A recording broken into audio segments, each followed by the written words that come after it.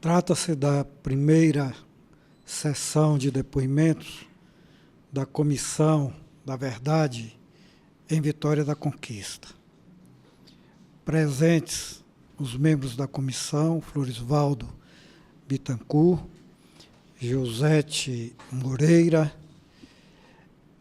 Alexandre Pereira, eu, Rui Medeiros. Tomaremos o depoimento do senhor José Fernandes Pedral Sampaio,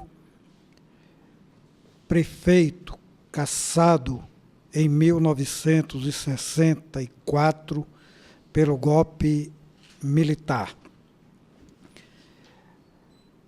Primeiro, pedimos ao doutor José Pedral se ele nos permite utilizar e manter em arquivo o seu depoimento e, inclusive, se permite que o seu depoimento seja utilizado por pessoas outras que não os membros dessa comissão para fins de pesquisa.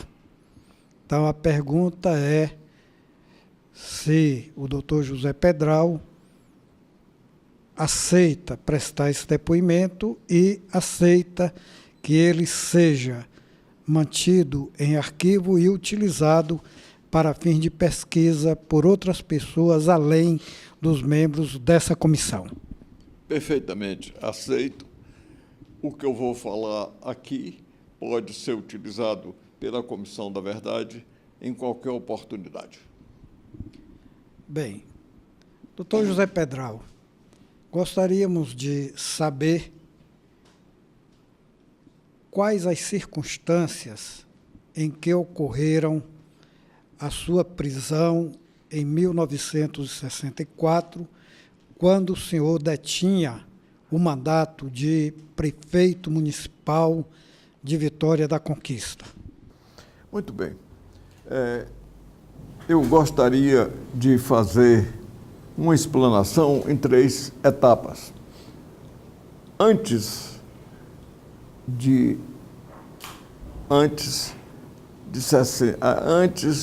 do golpe militar.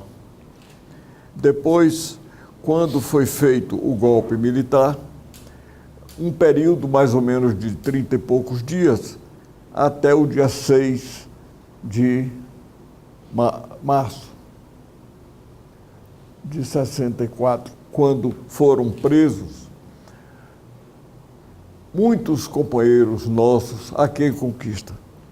E, posteriormente, depois dessa fase, o que aconteceu com a gente até bastante depois de 1º de abril de 64. Não sei se eu posso fazer essa explanação desse jeito. Exatamente. Veja bem, antes de 64, nós dirigíamos o município de Conquista e fazíamos uma administração moderna, modificando um pouco aquilo que era da época dos coronéis. Nós começamos a administração fazendo uma grande modificação na estrutura da cidade. Imaginávamos que essa cidade seria uma cidade importante pela sua localização, pelo seu passado. Eu fico muito alegre em saber que a Comissão da Verdade de Conquista, na realidade, forçou fazer a Comissão da Verdade no Estado, que quando o grupo aqui formou a Comissão da Verdade, Salvador não tinha feito ainda essa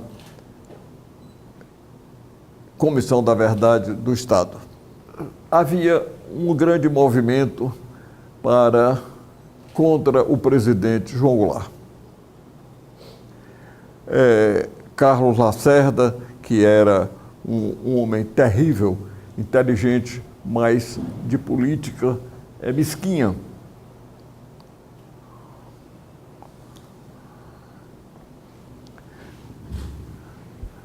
Antes do golpe, é evidente que as forças políticas contrárias ao nosso movimento começaram a trabalhar.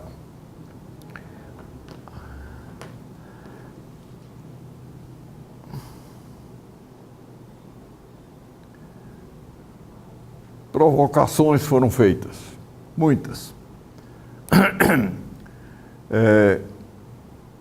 Por exemplo, veio aqui à conquista o embaixador dos Estados Unidos, Lincoln Gordon, fez uma visita à prefeitura.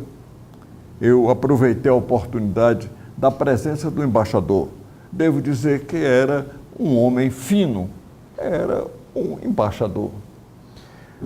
Mas eu imaginei que podia conseguir fazer algum convênio com a Embaixada dos Estados Unidos. Convidei o embaixador para dar uma volta na cidade, para ele ver que a nossa cidade não tinha favelas.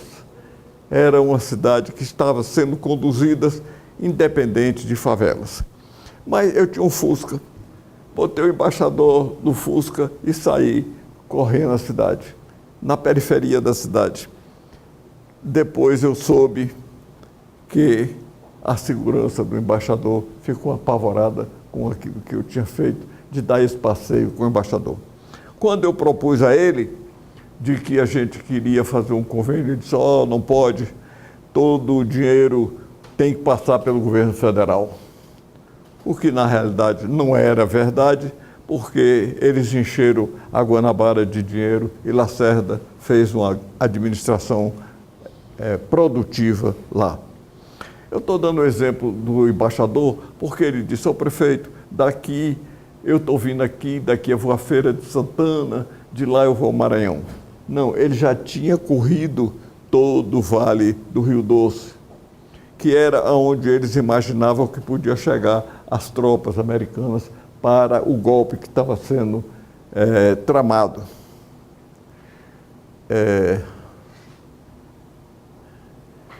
Tem uma série de precedentes do pessoal da oposição daqui, provocações. O prefeito, por exemplo, de Macarani, organizou uma grande reunião aqui no cinema, Clélio Correia, uma provocação de comprar armas, de se preparar para tomar o poder, que já se fazia isso em todo o país.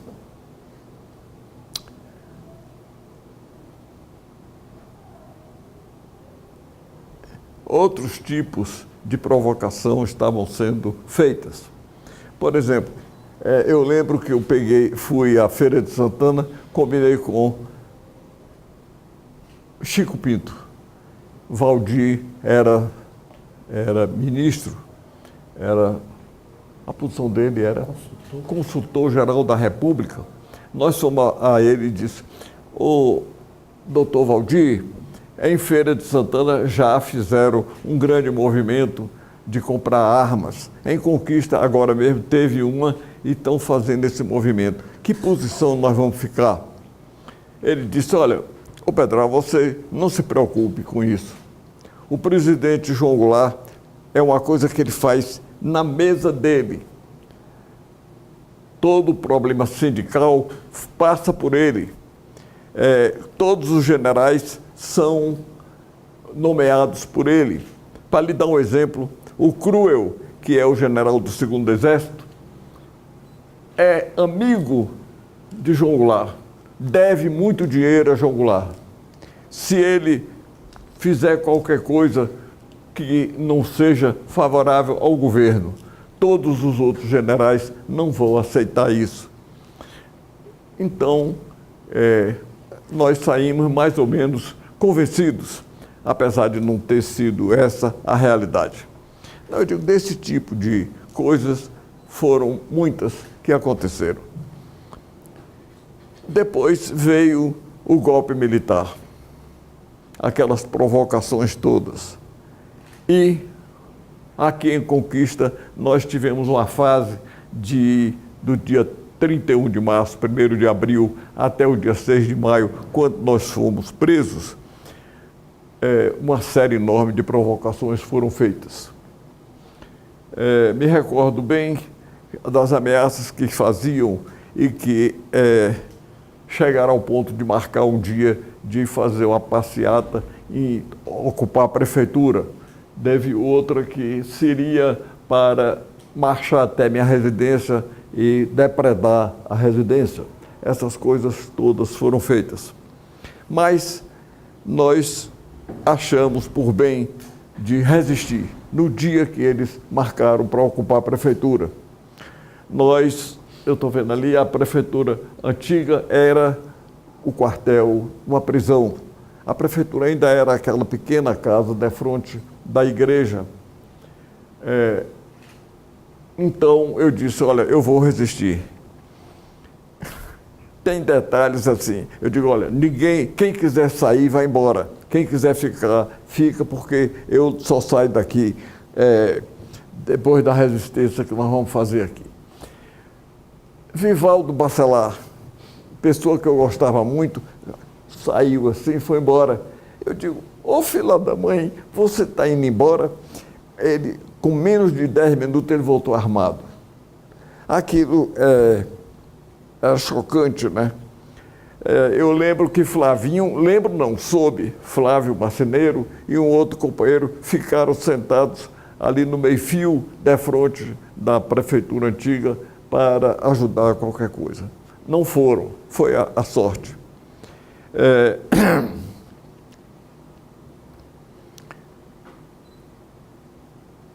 Dessas ameaças, muitas foram feitas. Por exemplo,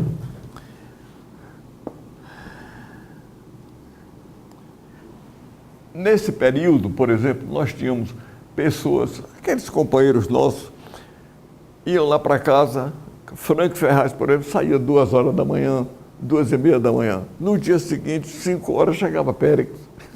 Então, era essa movimentação grande que foi feita nesse período. Até que chegou uma companhia, parece que é uma companhia, 100 homens do Exército, sob o comando do capitão Bedoque Alves. No dia 6, eu saí de casa e vi que eles estavam no clube social. Aí eu fui embora para a prefeitura, parei no clube social e disse, ô capitão, eu estava indo lá no quartel cumprimentar. Ele disse, o senhor ia lá? Eu digo, ia. Aí já vi que 2 tenentes pularam dentro do carro e nós fomos para lá. Ao chegar lá, ele disse, o senhor se identifique. Eu me identifiquei, ele disse, o senhor está preso. E me recolheu à cela. Aí aquilo que eu vi foi passar assim, uma série enorme, 20, 30, 40, 50 pessoas passando defronte da cela. Eu fiquei sem comunicação nenhuma com ninguém. O quartel é onde hoje é lá o posto policial, a sede da polícia. Mas ali ainda era tudo mato. Minha mulher levou no meio-dia um almoço, eles esqueceram de dar o almoço. Eu fiquei até o outro dia, até o dia 7, sem alimentação nenhuma. Depois, parece que no dia 12 ou 13, tomar banho, era uma lata em cima de um giral, frio, muito frio, lá no quartel, e para tomar banho frio no dia de madrugada. Isso não foi só comigo, todos os outros passaram por esse trauma. A primeira comunicação que eu tive foi Vicente Quadros. 3 ou 4 dias depois, não me lembro bem, me aparece lá Vicente Quadros, um rapaz novo que eu nem conhecia, tremendo. Eu digo, o que é, rapaz, você está com medo? Ele disse, não, é porque me deram uma injeção da verdade. Eu acho que deram uma injeção nele, talvez de água destilada, qualquer coisa dessa, e ele tremendo muito. Eu digo, não, rapaz, você falou o quê? Eu não falei nada. Muito bem. Aí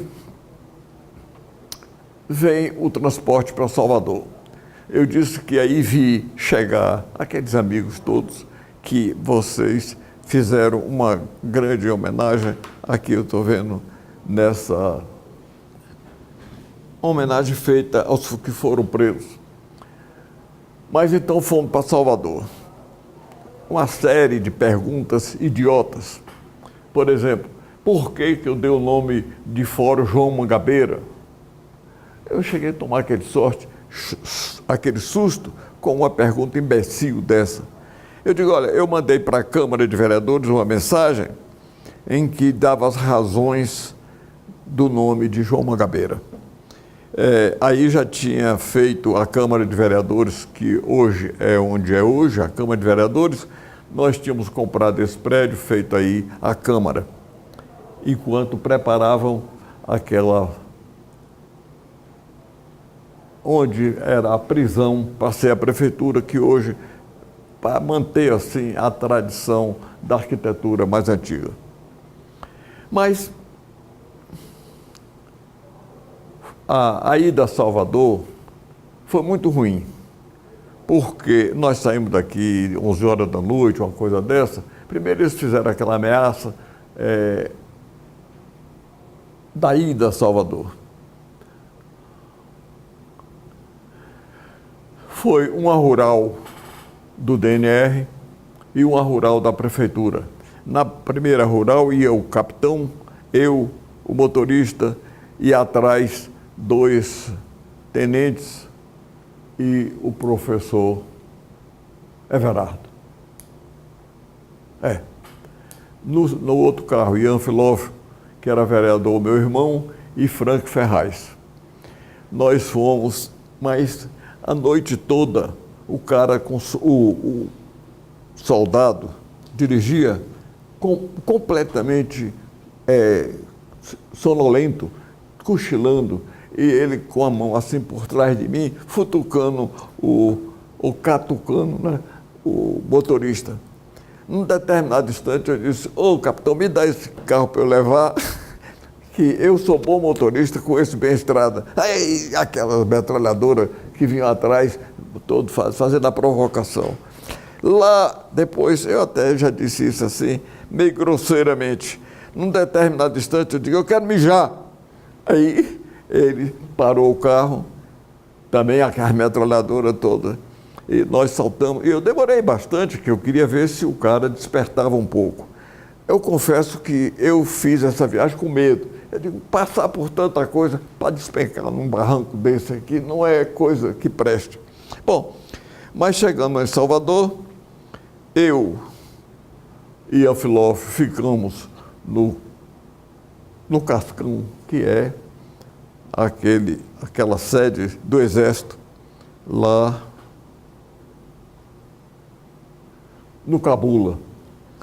E Everardo e Franca foram para a Amaralina, aquele quartel da Amaralina. Bom, aí, depois disso, começou a chegar vários companheiros, ou começaram. Mas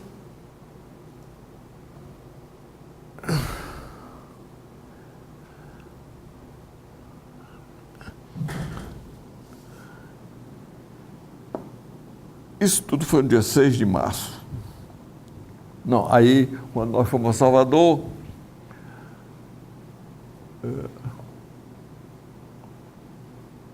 perguntas, num determinado instante, eu tenho notícia de que teve os direitos políticos suspensos por 10 anos e que depois eles repetiram por mais 10. Mas tem um detalhe. Aí eu digo, capitão, eu não assinei nada ainda, como é que vocês me suspendem meus direitos políticos? Ele disse, não foi o Exército. Seus direitos políticos foram suspensos a pedido do governador do estado, no DOPS de Conquista, no DOPS de Salvador. Aí eu lembro que quando o João Goulart veio aqui inaugurar Rio Bahia, Lomanto estava aqui. Eu procurei ele e disse, governador, nós não temos condição de dar essa segurança ao presidente da República. Ele disse, não se incomode. Meu chefe de polícia está aí, Coronel Cabral, e ele vai tomar essas providências. Cabral fazia parte da trama, porque no dia que João Goulart chegou aqui para inaugurar Rio Bahia, ele foi para Itapetinga, para a fazenda de um amigo. Então, não cuidou de segurança nenhuma. Aí, no dia que eu fui solto já em Salvador, aí vou dar um passeio na Rua Chile, quando encontro Antônio Carlos Magalhães. Acho que era deputado nessa época. Ele disse, seu Pedral, vocês estão pensando que eu participei desse negócio. Eu não participei. Ligue hoje à televisão, 8 horas da noite, que eu vou dizer como foi o seu caso.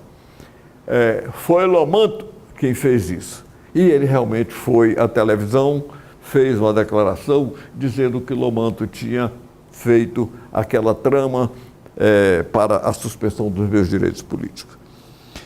Lomanto tinha uma mágoa.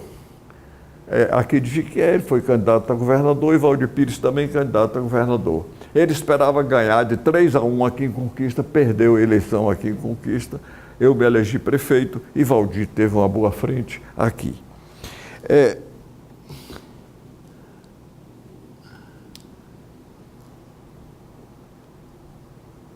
Eu realmente,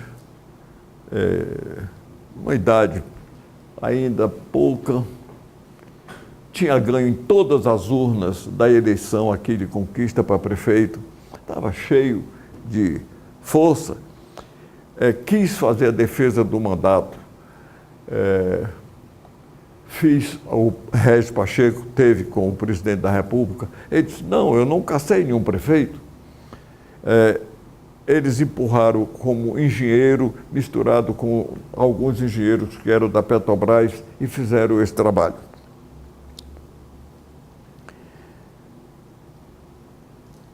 A minha queixa, portanto, de Lomanto é grande. Feito isso, aí o golpe militar começou a pressionar, a aumentar a pressão em cima dos políticos que tinham sido derrotados. Eu resolvi ir para o Rio de Janeiro, ficar observando até que ponto chegava.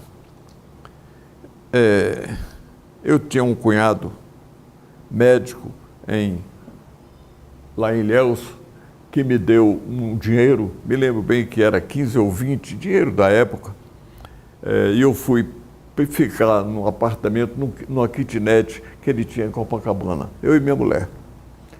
Mas andava, saía, inclusive de noite. Um dia encontro Elkson, que era estudante lá. Minha mulher ficou bem apavorada, mas ele se identificou, Elkson Soares, estava lá como estudante. O que, na realidade, eu estava imaginando era que, se piorasse a coisa, eu entrar numa embaixada qualquer. Então, saí vendo onde era a embaixada do México, do Chile, dos Estados Unidos, para ver se precisasse eu entrar. Mas depois eu cheguei à conclusão que, com a suspensão dos direitos políticos, eles ficaram meio tranquilos, passaram a perseguir outros. Aqui, quando o Bendoc chegou, na realidade, ele instalou o terror em toda essa região. Barra do Choça, Catiba, Cândido Salles, Itambé, Itapetinga. Por exemplo, eu estava num dia de uma prisão, chegou assim uma porção de gente que tinha sido presa em Itapetinga, chegou lá me lembro bem daqueles que foram presos lá nesse quartel. O pessoal daqui ficou uma parte lá no Cascão, que é 19BC. E uma parte ficou em Amaralina, uma parte ficou lá naquele... Como é que chama? Monte Serra. E uma parte mais que que sofreu mais ficou onde era o quartel do CPR, ali onde tem a feira de água de Meninos. São Joaquim. São Joaquim. São Joaquim. Nós ficamos numa prisão de soldado. Depois de alguns dias, uns 15 dias talvez, nós passamos para uma prisão de sargento, que era bem melhor. Mas tinha, assim, uma série de cuidados. Por exemplo, chegou a ter mais de 50 presos nesse primeiro lugar onde nós ficamos, a gente estabeleceu um horário de 2 em 2 horas, um ficava vigilando, porque se desaparecesse alguém para ter notícia. Mas coisa desse tipo. Mas no Rio de Janeiro, onde eu fiquei, devo dizer que, sim, eu estava alegando que fiz um trabalho grande na defesa do mandato. Por exemplo, Orlando Moscoso era o vice-governador, era da chapa de Valdir. Naquele tempo, a eleição do vice era independente da eleição do governador. Por exemplo, Lomanto foi eleito, mas o vice foi o vice de Valdir, que era Orlando Moscoso. Aqui, antes da tropa chegar, Orlando Moscoso mandou aqui um coronel para falar comigo, que eu passasse um telegrama, aderindo à Revolução. Eu disse que não fazia. Eu cheguei aí ao gabinete do presidente Castelo Branco, como a filha de Mourão. Mourão era o general que levou aquela tropa para o Rio de Janeiro, quem primeiro fez. A filha dele era casada com um médico, colega de Antônio Peixoto, que morava junto comigo na República. Essa moça veio aqui, me levou o pai dela, que era o general Mourão Filho, um sargentão. Mas recebeu, era a filha dele, disse que não tinha jeito, que nem falava com o presidente. O velho Régis teve com Castelo Branco, falou, ele disse, não, eu não cacei nenhum prefeito da Bahia. Chico Pinto, por exemplo, não teve direitos políticos suspensos, Gildardo Sena não teve direitos não teve políticos, não teve os direitos políticos suspensos. Mas aqui em Conquista, o grande prejuízo que deve ser analisado, examinado pela Comissão da Verdade, é a morte de Péricles Guzmão Regis. Era o líder do prefeito na Câmara, era Péricles. Eu sei, o capitão me avisou, me disse, o senhor, o Péricles suicidou. O que é que o senhor acha? Eu digo, eu acho que eu conheço o Péricles, era um homem inteligente, corajoso, vocês devem ter feito alguma coisa com ele que ele levou. O que aconteceu, eu não posso dizer. Ele foi lá, apanhou assim uma pasta e mostrou que tinha um atestado de Hugo Castro Lima, que também tinha sido preso, confirmando o suicídio.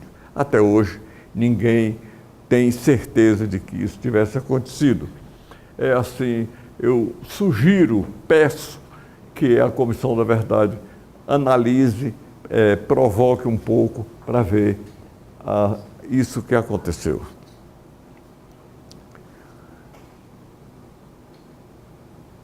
O Bendoc fez, como eu ia dizendo, implantou o terror em toda essa região. Tirou o prefeito, botou o prefeito, fez uma coisa terrível aqui na região de Conquista. Bom, a prova depois, quando eu voltei, eu tive uma recepção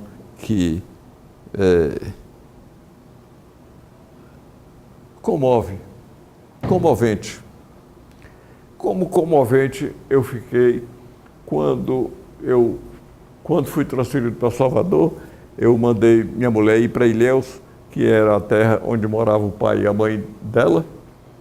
Mas quando eu soube que ela tinha ido descalça a uma missa, eu chorei.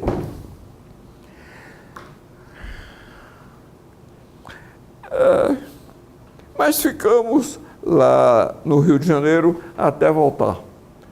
Quando eu voltei, eu fiquei meio preso aqui, sem poder me mexer. Eu vou contar, eu andei conversando essas coisas assim por partes, em determinadas entrevistas ou qualquer coisa. Mas era uma perseguição grande. Por exemplo, eu fui a Zé Gonçalves olhar um açude, uma aguada para um amigo. Quando eu cheguei, no outro dia já estava o exército, o tiro de guerra, para saber o que é que eu fui fazer em Zé Gonçalves. Ney Ferreira, que era um companheiro grande nosso, me pediu para ir a Bate-Pé fazer a locação de uma estrada do Bate-Pé até um lugar mais embaixo.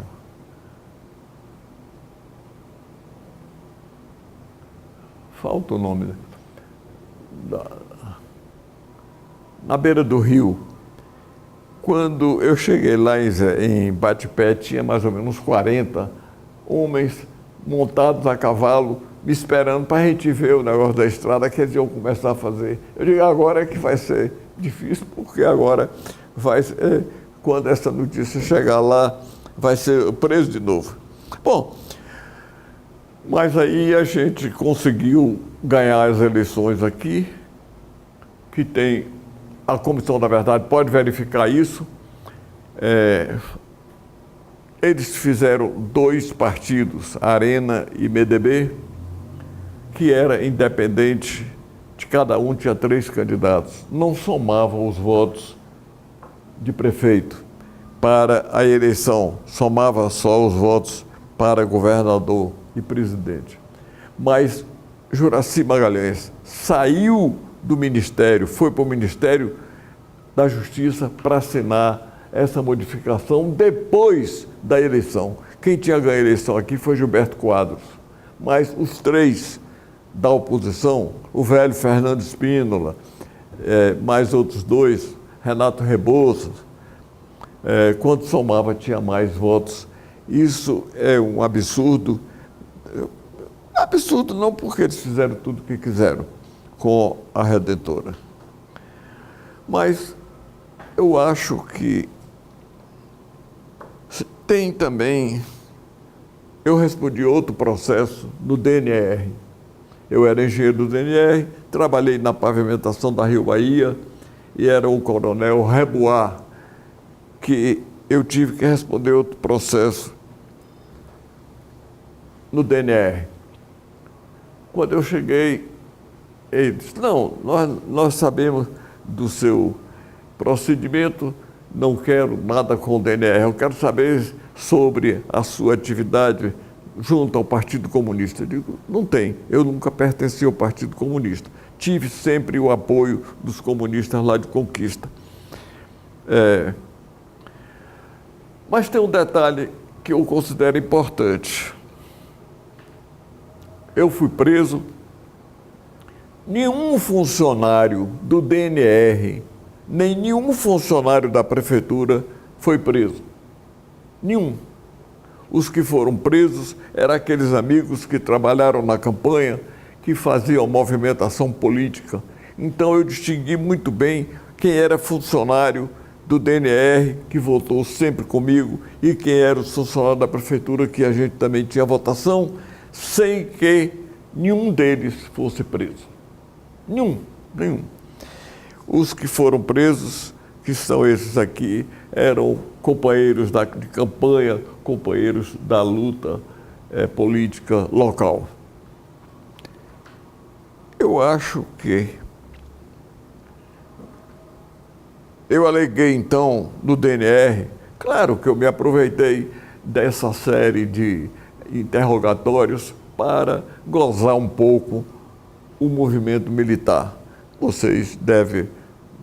eu nunca procurei ver o que foi feito nessa... Mas a comissão pode procurar. Eu, por exemplo, fiz um relatório aqui com relação à prisão e fiz um relatório também nesse inquérito do DNR.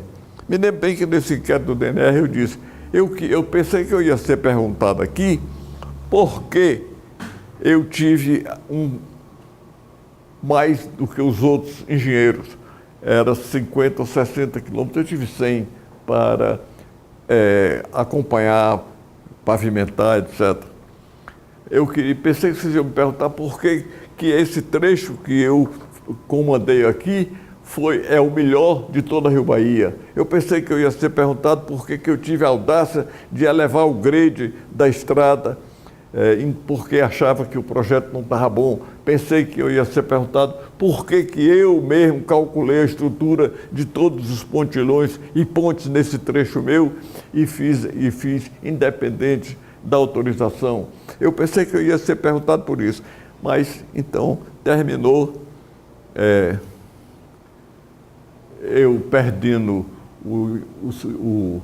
a posição no DNR. Eu acho que já conversei bastante. Me submeto a qualquer pergunta que vocês queiram fazer. Pedral, você começou a falar das condições de seu depoimento. Eram depoimentos nos quais o depoente se sentia coagido ou pelas circunstâncias ou pelo interrogador? Vou dar só um exemplo. Um dia eu estava dando um depoimento quando um tenente vira para mim e diz: "Você está mentindo, por que não fala logo o que você quer falar?" Eu tive vontade de pular em cima do tenente. Felizmente, a coragem foi pouca, eu não pulei. O que foi muito bom, mas eu devo dizer que esse tenente não apareceu mais em pergunta, em interrogatório nenhum. É evidente que o capitão, se eu tivesse feito isso, ele tinha que ter tomado uma posição de violência, né? O que não era conveniente para ele. Então ele preferiu tirar esse tenente da jogada. As perguntas que eu já falei, por exemplo, na inauguração do João Mangabeira, quando eu botei o nome de João Mangabeira, veio o filho de João Mangabeira, que era presidente da Petrobras, Francisco Mangabeira, me parece. Então, esse tipo de pergunta, eu não tinha receio, porque achava que tudo que eles pudessem falar, perguntar, eu tinha condição de responder. Então, eu não sentia, assim, nenhuma ameaça. Mas eles ameaçaram, vários. Anfilófilo, meu irmão, por exemplo, que vai ser o próximo aqui, um dia diz assim: "Ô, doutor Anfilófilo, nós hoje, 4 horas da manhã, vamos dar um passeio aqui." Ele disse: "Eu conheço a cidade toda, eu levo vocês onde vocês quiserem." Ele é um gozador, dava para fazer isso. Eu não tinha esse temperamento, né?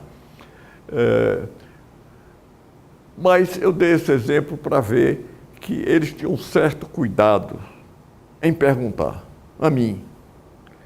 A reunião da Câmara de Vereadores, por exemplo, que me cassou o mandato de prefeito, foi feito sob uma violência. Tinha 100 pessoas na tropa, tudo de metralhadora, claro que não eram 100, mas cercaram a Câmara de Vereadores, tiraram os vereadores que votavam comigo, que foram presos, substituíram por suplentes, coisa que não podiam fazer. Tinha aquela série de coisas que tinham que ser feitas. Então, foi feito assim, sob violência, sob coação. Ninguém apareceu na Câmara, a não ser aqueles que eles chamaram para fazer, inclusive, a ata. Então, Esse eu não considero que tivesse sido ameaçado, ou se imaginaram que estavam fazendo ameaça a mim, perderam o tempo, que eu não tive medo, não. Eu tive medo foi da viagem. Sim. E as condições do cárcere? Não, as condições do cárcere, desse pessoal aqui de Conquista, como já tinha passado mais de um mês, eu não tenho notícia de violência. Mas lá em Salvador, quando nós eu vi alguma violência. Por exemplo, um estudante de engenharia, Niltinho, que era muito conhecido na escola, eu vi ele sair da solitária vomitando sangue. Vomitando sangue. Nessa reunião, tinha um rapaz que era de Feira de Santana, um rapaz meio doidinho, que andava fugindo de um lugar para outro, botaram em cima, dentro daquela prensa de fazer fumo, como é que chama? Pressionar aquele negócio e botava o sujeito dentro para fazer desse tipo de ameaça que não foi feito aqui em Conquista a chegar a esse ponto.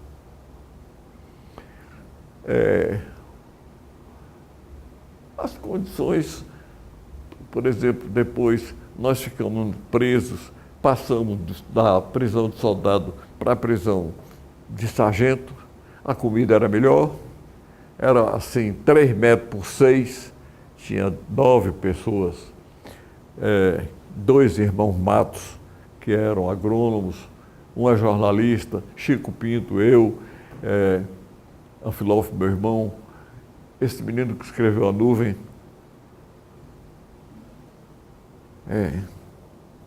Era deputado aí de Jaguaquara. Sebastião Neri.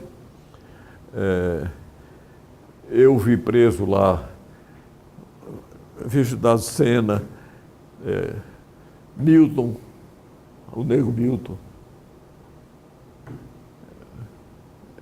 Esse que era deputado também. Tem várias prisões. Sim. A articulação local em Vitória da Conquista para denunciar, pressionar pessoas, etc., possuía um líder, um centro, uma pessoa de destaque para coordenar esses trabalhos a favor do golpe militar? Eu creio que não. Por exemplo, Iris Silveira, que era vereador de Catiba, o irmão Ismênio,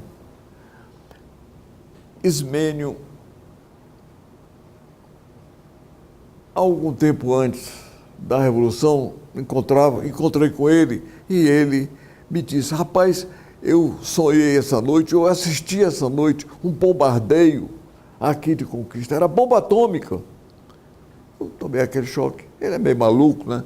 Mas era um dos nomes indicados para ser prefeito, como era indicado o Nelson Guzmão, como foi indicado esse fascistazinho que era Rábula de Juvenal Oliveira.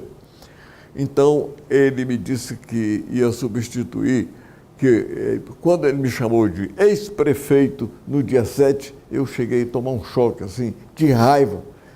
Eu não sabia que tinha tido a reunião da Câmara para... Por exemplo, eu fiquei até muito alegre de ter notícia de que a cidade reagiu à prisão nossa. Botaram a bomba no carro de Ismênio, que era um dedo duro, e botaram a bomba também no sertanejo, nas máquinas do jornal Sertanejo.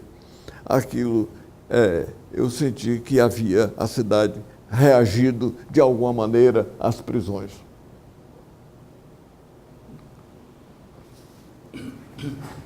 Bom, mas diante desse quadro todo, qual foi o impacto que o senhor acredita que houve nas famílias aqui, dessas pessoas todas que foram presas? Como foi que essas famílias ficaram? como foi, houve com a família de Périx, a família de... Enfim, como o senhor entende que a força militar chegou nessas famílias ou ficou só sobre as lideranças políticas da cidade?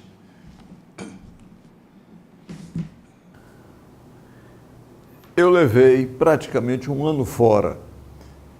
Nós fomos presos no dia, em abril, né? 6 de maio. 6 de maio, e fui a Salvador. De Salvador fui ao Rio de Janeiro, levei mais ou menos um mês, um pouco mais de um mês, lá no Rio. Só voltei aqui em possivelmente novembro ou dezembro. Então eu levei praticamente uma fase de tempo sem a presença física aqui em Conquista. Sei que traumatizou muita gente essa violência com que foi feito o golpe militar. Mas como eu levei fora esse tempo, não pude acompanhar de perto a reação desse pessoal. Por exemplo, no dia que eles queriam invadir a prefeitura, chegaram a marcar, fazer uma passeata e ir lá ocupar a prefeitura, em que eu citei esse caso de Vivaldo Bacelar, daí a pouco me aparece o tenente Medeiros, que era da polícia, aposentado, e me aparece com 5 guardas municipais. Nesse tempo a gente tinha guarda municipal. O tenente Medeiros bate na porta, entra, deixa a guarda lá. Eu digo, estou bem protegido aqui. Mas, felizmente, não invadiram a prefeitura.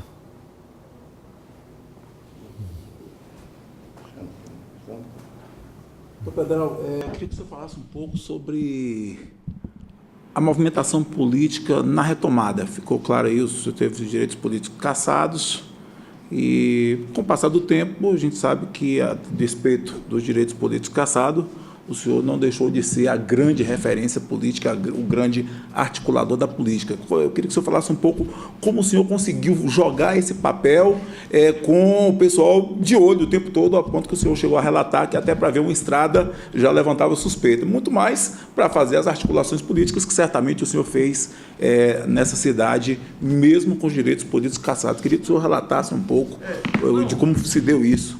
Veja bem, eu tenho que distinguir.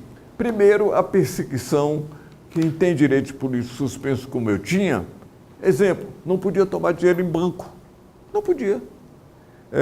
Não podia fazer concorrência, participar de uma concorrência, não podia ser professor, não podia, uma série de coisas, não podia participar de nenhum movimento político, de comício, essas coisas.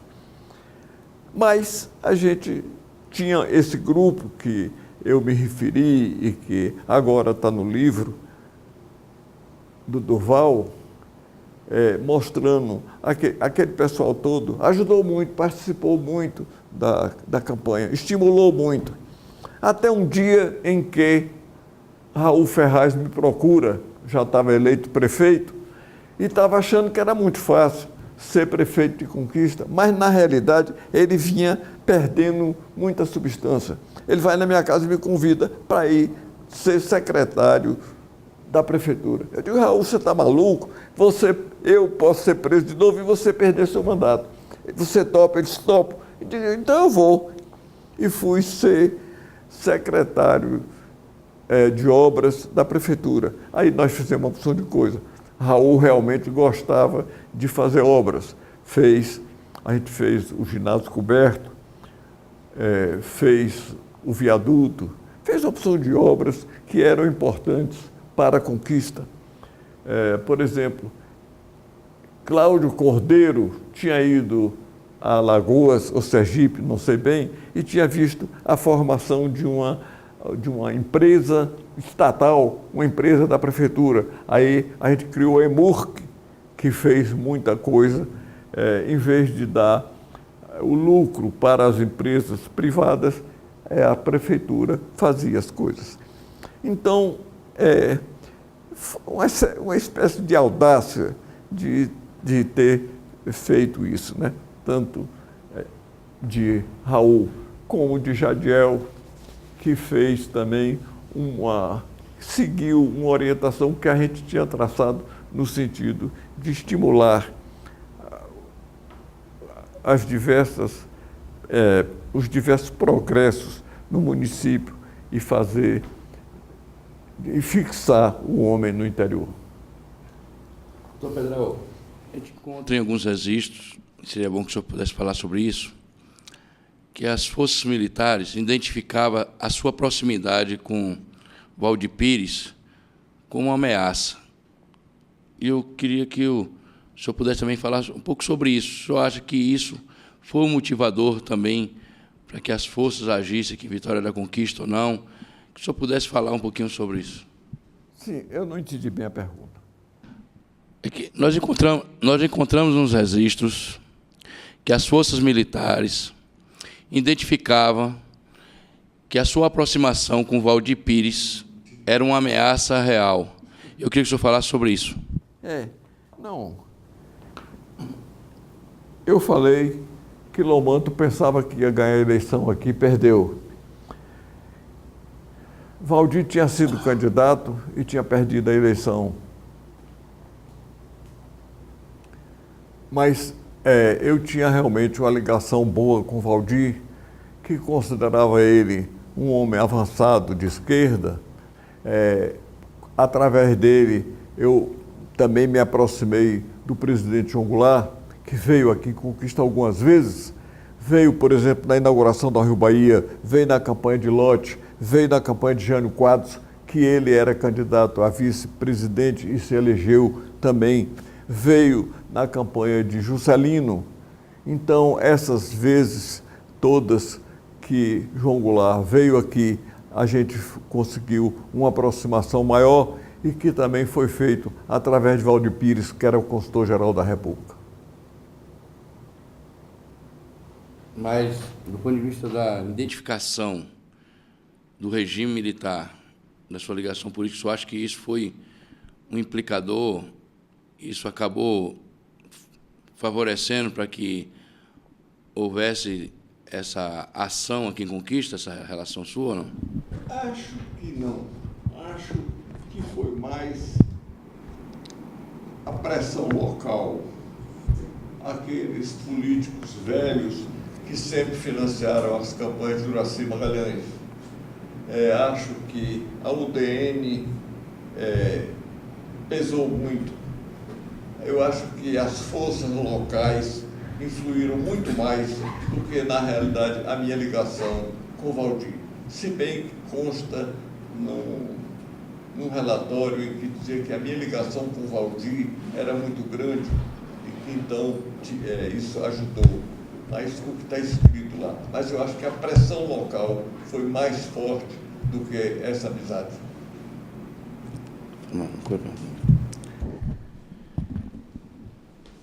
Doutor José Pedral Sampaio, em nome da Comissão Municipal da Verdade, agradecemos ao senhor a sua presença e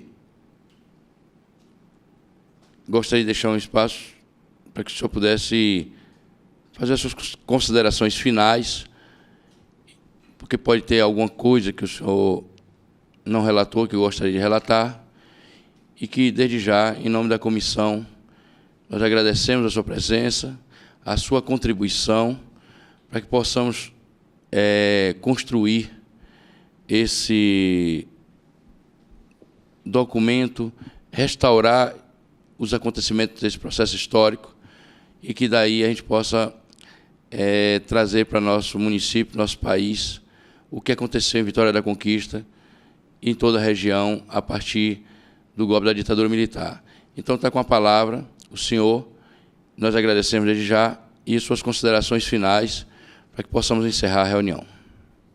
Pois não. Eu me sinto honrado de ter sido chamado pela Comissão da Verdade.